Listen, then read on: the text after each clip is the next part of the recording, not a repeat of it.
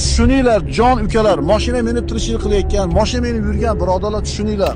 Qilgan har bitta nojo'ya ishinglar rizqinglarga, sog'liginglarga primo aloqasi bor. Qoidaga rioya qilish, o'zingizni palasizda ketishlik bu harblik, chumoqlikning belgisi emas. Stressli palasaga chiqib ketishlik krutoliq belgisi emas, la'natlikning belgisi. Shuni qachon tushunasizlar? Bola piyalar. O'sha bitta nojo'ya ish qildingiz, birovni qo'rqitdingiz, bir tomchi tushdi. Yana bittasini bir chiylatib cho'chitdingiz, 2 tomchi tushdi. Birovni ustiga yurdingiz, qo'rqib ketdik, 5 tomchi tushdi. Yana bitta odam Allohga yetib qolgan vali odam, o'zi ham bilmaydi. Alloh yaxshi ko'ring, Allohning valilaridan. Haliginga popasa qildingiz, qo'rqitdingiz, endi bir qoshiq tushdi. Mana piyola to'lganda-chi bitta sliv bo'ladi, bitta to'kiladi. Ko'payib ketganda bitta chuqurga tushib ketasiz. Birovni borib mashinasini urasiz.